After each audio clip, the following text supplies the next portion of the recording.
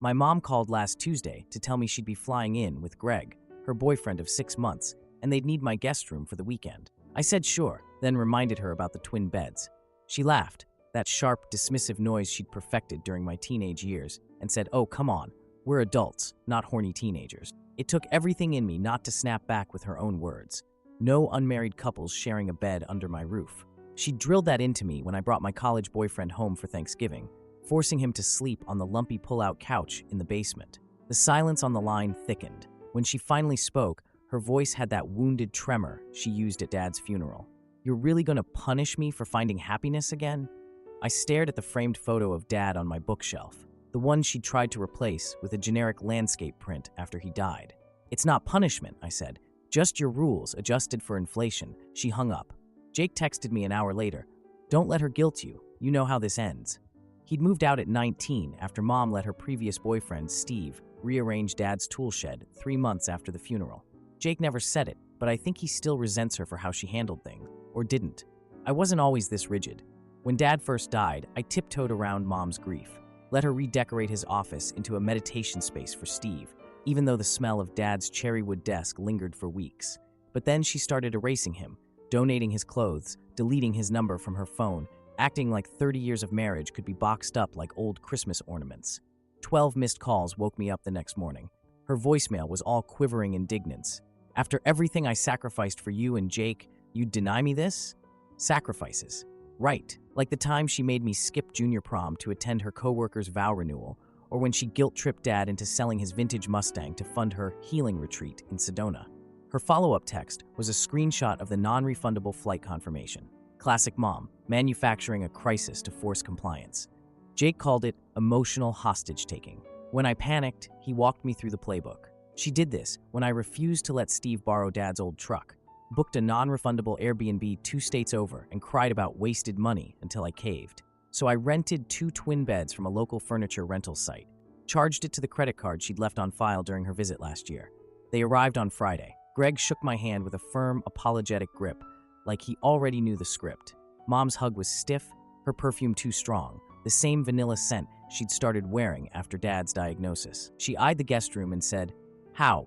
Practical," while Greg muttered something about getting their luggage. Dinner was a minefield. Mom spent half of it gushing about Greg's patience with her complicated grief, the other half passive-aggressively rearranging her salad. I asked if she'd heard from any of Dad's old coworkers lately. Her fork clinked against the plate. Why dwell on the past? Around midnight, I heard them arguing through the vent. Mom's whisper was razor-edged. "You're letting her walk all over us." Greg's reply was muffled, resigned. "I'm not here to fight your battles." In the morning, she cornered me by the coffee maker. Was this really necessary? She gestured to the guest room like it was a crime scene. I handed her a mug, Dad's favorite, chipped and faded, and said, "You taught me that respect goes both ways." She left for a hotel an hour later. Greg lingered in the doorway, pressing a crumpled $50 bill into my palm.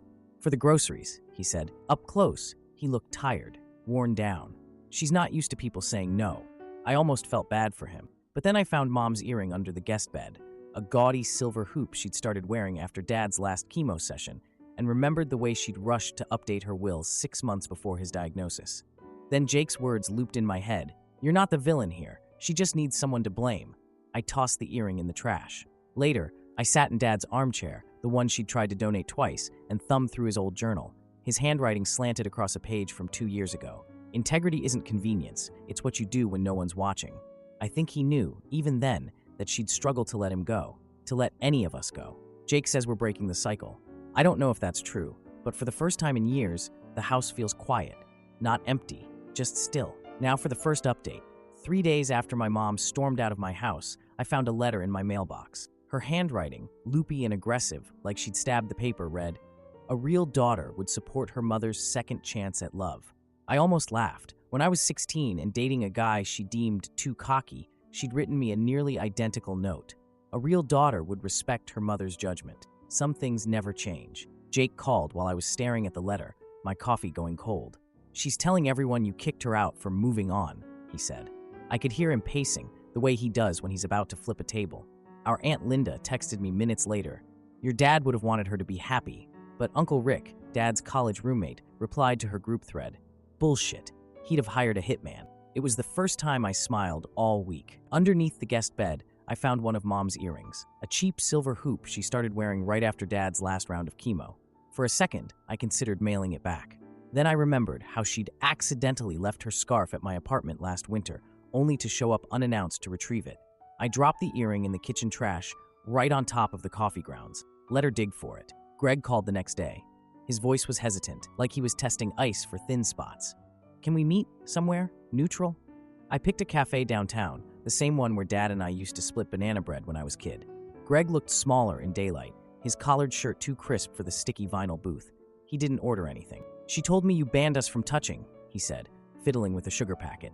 I showed him the photo of the twin beds, neatly made, 6 feet apart. He let out a sigh that seemed to deflate his whole body.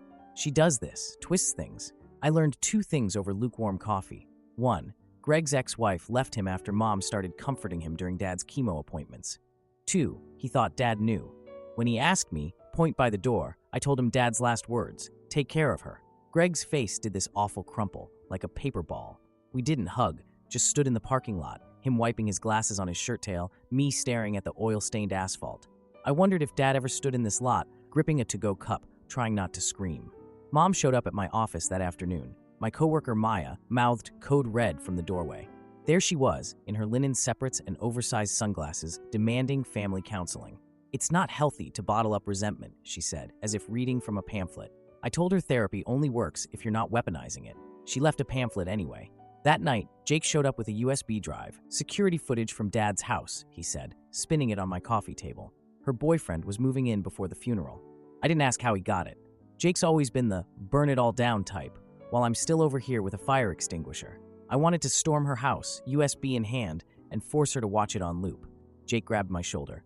She'll say it's edited, or blame the grief. Don't give her the script. So I slid the drive into my desk drawer, next to Dad's old pocket watch. Let her rehearse her lies. Greg texted me at 10 p.m. She's packing your childhood photos, says you don't deserve them. I didn't even grab my keys, just sprinted to the car in socks. The storage unit was 25 minutes away. I made it in 18. She was standing in the yellow cone of a flickering overhead light, Dad's vintage typewriter in her arms. My throat closed. That typewriter sat in his office for decades, clacking out grocery lists and half-finished poems. She hurled it into the dumpster like it was a bag of mulch. I don't remember climbing in, just the smell of stale pizza boxes, the typewriter's cold metal edges digging into my ribs as I hauled it out. You don't get to erase him, I yelled. Her face went rigid, that same look she'd given me when I refused to major in pre-law. Your father would have hated who you've become, she spat. I quoted his journal then, the entry from 2 weeks before his diagnosis. Integrity isn't convenience, it's what you do when no one's watching. Her mouth twitched. For a second I thought she'd slap me. Instead, she laughed. A hollow, rasping sound. Security came. They didn't care about the typewriter, just wanted us gone. Greg appeared out of nowhere, his sedan idling by the gate. He helped me lift the typewriter into my trunk, his hands steady. I'm sorry, he kept saying, like it was a prayer. Mom peeled out of the lot alone. Greg hesitated. Keys dangling. You okay to drive? I nodded. What else could I do? Back home, I put the typewriter next to Dad's armchair. Jake called it a trophy. To me, it's just proof. Of what? I'm not sure. That she can't rewrite everything? That some things are worth digging through trash for? The house feels different now. Not lighter. Just final. Like the last page of a book you never wanted to finish. Jake says we're done reacting. Maybe he's right. But I keep checking my phone, half expecting her to text. Silence. For now. Now for the second update. 2 weeks after my mom tried to throw away my dad's typewriter, I got a wedding invitation in the mail. Cream-colored cardstock, cursive font, the kind of thing she'd have mocked as tacky back when Dad was alive. Cheryl and Greg invite you to celebrate their union. The RSVP deadline was already crossed out in red pen, her handwriting. Classic. Greg showed up at my door that evening, holding a casserole dish like a peace offering. She proposed, he said, hovering in the doorway. The dish was cold. Says if we're married, I can't testify against her in court. He laughed, but it came out jagged. I motioned him inside. We sat at the kitchen table, the same one Dad had refinished when I was 12, his hands stained with varnish for weeks. I slid the USB drive across the table, the security footage Jake had pried from Dad's old house. Greg's thumb rubbed over the label. Living room cam, Feb 12th. The date Dad entered hospice. You should watch it, I said. He didn't, just kept turning it over like a puzzle box. I was the other woman, he muttered, not the other man. Like he'd absorbed her vocabulary, her accent. He left without taking the drive, his casserole still sweating condensation on the counter. The next day, Mom's cousin Marlene slipped me a Ziploc bag at the gas station. Found this in my attic, she said, eyes darting to her minivan where her kids were fighting over a juice box. Inside was Dad's old flip phone, the one he'd lost right after his diagnosis. I charged it overnight, my hands shaking when it finally beeped to life. Most texts were to me and Jake. Don't forget sunscreen at the lake. Your mom's having a rough day. Bring flowers. But then, threaded between reminders to pick up milk, were Mom's messages. You'll forgive me. You always do. Greg's just a friend. Stop being paranoid. The last one, sent 3 days before Dad died. You're really going to die punishing me? I drove to her salon, the one Dad had taken out a second mortgage to fund. She was mid-highlight, gloved hands buried in some stranger's hair. We need to talk, I said. She didn't look up. You're embarrassing yourself. I played the voicemail then, Dad's voice, shaky and raw, leaving a message for his sister the night before his last surgery. I can't do this anymore, Lynn. She's using the pills I need for her migraines. Greg's here every time I wake up. I want to go home. The client gasped. Mom snatched the phone and spiked it on the tile. Plastic shards skittered under pedicure chairs. The owner, a no-nonsense woman named Rosa who'd known Dad, pointed at the door. Out, both of you. I threw cash on the counter. Greg's grocery money, plus $20 for the trouble. Mom followed me to the parking lot, her smock streaked with bleach. You've always been a drama queen, she hissed. I didn't turn around. Jake helped me audit Dad's finances that weekend. Turns out, drained their joint accounts was an understatement. She'd taken out loans in his name 6 months before the cancer even showed up on a scan. Classic exit strategy, Jake said, crunching numbers on his laptop. I thought about Dad sitting in this same chair, squinting at bills, telling me, money's tight, but we'll manage. Her lawsuit threat came Monday, a formal letter claiming emotional abandonment and demanding visitation rights to hypothetical future grandchildren. My lawyer, a steely woman who wears cat earrings, found discrepancies in her financial filings. One call to the IRS and she's radioactive, she said. I told her to make the call. Greg came back Tuesday, a duffel bag in his trunk. How do I leave without ending up in a ditch, he asked. His knuckles were white on the steering wheel. I gave him Jake's divorce attorney's number. When he hugged me, he smelled like Dad's old cologne, polo blue. I didn't cry until after he drove away. Mom arrived Saturday with a U-Haul, demanded the furniture she'd gifted me over the years. The IKEA bookshelves, the faux leather couch. I let her take the twin beds, still made up with the same floral sheets she'd sneered at. Keep the receipts, I said, leaning against Dad's armchair, the one he'd napped in every Sunday, the indentation of his head still visible. She called me from the highway, her voice thin. You win. Happy? Static hummed between us. I pictured her white-knuckling the wheel, Greg's side empty. Dad's memory isn't a game, I said. Aunt Linda texted an apology the next morning, along with a photo of Dad's college ring, thick silver, scratched from years of mechanic work. She made me pawn it, Linda wrote. Bought it back last year. Knew you'd want it. I slid it onto my thumb, too big, and hung it from my neck. It clinks against my keys now, a tiny anchor. Dad's friends came over that week. Guys he'd worked with at the garage, their hands permanently grease-stained. They brought Budweiser and told stories I'd never heard. How Dad covered Mom's bounced checks at the parts store. How he'd shown up to work with a black eye once, muttering, fell into a door. Uncle Rick handed me a napkin with an address scribbled, Your mom's Bible study group, he said. Find the blonde one, Kathy. She'll talk. Kathy did. Turns out Mom had been counseling Greg's ex-wife months before the affair. She said you were unstable, Kathy told me, stirring her latte. That your dad's death broke you. Greg's ex believed her. I left the cafe numb, Dad's ring swinging against my sternum. The memorial dinner was Jake's idea. We held it at Dad's favorite barbecue joint, his photo propped up by the sauce bottles. Uncle Rick gave a toast to loyalty and knowing when to walk away. Everyone clinked glasses. Mom wasn't invited, but her absence hummed like a third sibling at the table. This morning, flowers arrived. Lilies, which I hate. Dad was allergic, but the card was from Greg. He'd be proud of you. I left them on the porch. Let the neighbor's dog pee on them. Jake says we're done. No more reacting, no more rushing to put out her fires. But last night, I dreamt of Dad's typewriter. It was typing on its own, keys clacking. Not your job to fix her. Not your job. I woke up tangled in sheets, the house silent. For the first time in months, I didn't check my phone. Maybe that's progress. Now for the final update. 6 months.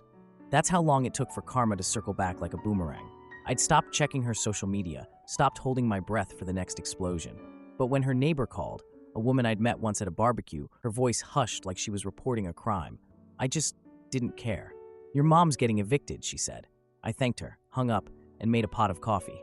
It was hazelnut, the kind Dad used to hate. I drank it black, staring at the hole in the living room wall where Mom had ripped out the shelving unit she'd gifted me 5 years ago. Jake bought Dad's house from the bank. Foreclosure price, cash. We met there the day after the auction, 2 six-packs of cheap beer and a bag of pretzels between us. The living room echoed without the rug Mom had pawned, the floors scuffed from her U-Haul escapade. Jake cracked open a beer, nodded at the photos we'd rehung. Dad at the lake, Dad fixing his motorcycle, Dad laughing with his mouth full of birthday cake. "Feels right," he said. We didn't toast, didn't need to.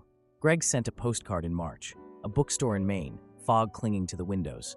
I recognized his handwriting before I even flipped it over. "Restoring the shelves here. Turns out I'm good at fixing things that aren't broken. Free at last." I tacked it to the fridge with a magnet shaped like Texas, right next to Dad's grocery list from 2012. Eggs, bread, WD-40. Mediation was her lawyer's idea. A last-ditch effort to squeeze sympathy from someone, anyone. I brought the USB drive, the bank statements, the journal where Dad had scribbled. "Forgive her. Not for her, for you," in margins between grocery lists. Mom wore sunglasses indoors, her lips a tight, glossy line. When I slid the documents across the table, she stood so fast her chair screeched. "Enjoy your performance," she spat, heels clacking out of the room. Her lawyer sighed, a man with a wedding ring tan line and tired eyes. "I'll, advise her to drop the case." The 2 a.m. text was classic her. No context, no apology, just, "You're just like me." I blocked the number, but the words burrowed under my skin. Took 3 showers that night, scrubbing until the mirror fogged. Jake said it was a compliment. "You're nothing like her," he insisted. But I found myself staring at my hands, her hands, wondering if forgiveness was a gene I'd missed out on. Volunteering at the shelter helped. Not because I'm some saint, but because folding donated clothes gave my hands something to do. An older woman named Rosa, same name as the salon owner, told me about her son, who'd cut her off after she'd sold his childhood comics for meth money. "He sends a card every Christmas," she said, sorting socks. "No return address." I didn't hug her, just handed her another bin. Dad's typewriter was heavier than I remembered. The repair guy, a 20-something with a septum piercing, whistled when I carried it in. "Vintage," he said, popping off the casing. Inside, wedged between rusted gears, was a folded sheet of Dad's work stationery. His handwriting, shaky but legible. "Forgive her, not for her, for you." I sat in the parking lot for an hour, the paper crumpled in my fist. I wrote her a letter that night. 4 pages front and back, ballpoint ripping through the paper. Everything. The pills she stole, the lies she told, the way she'd erased him like a typo. Burned it in Jake's backyard fire pit. He tossed in a marshmallow, the sugar hissing. "Smoke signals count," he said. The flames ate the words, but not the ache. Running into her at the grocery store was anticlimactic. She looked smaller, her hair brittle and overdyed. We reached for the same can of tomato soup. Dad's favorite. Her hand trembled.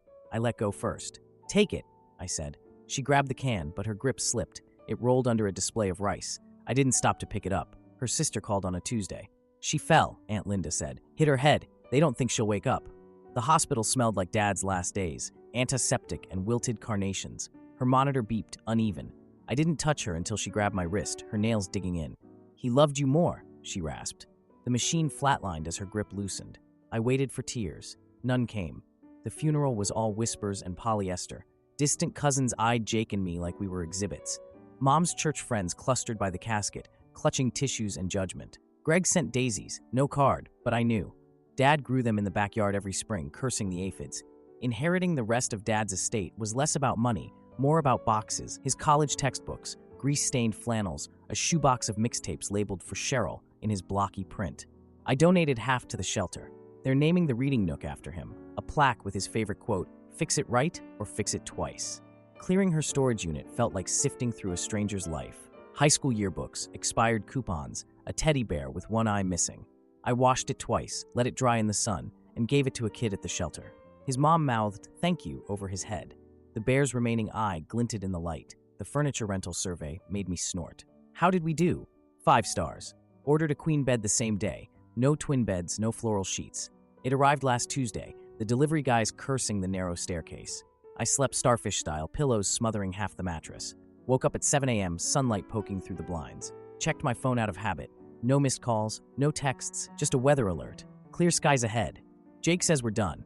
I think he's right, but sometimes, when I'm scrubbing coffee stains from Dad's mug, I hear her voice.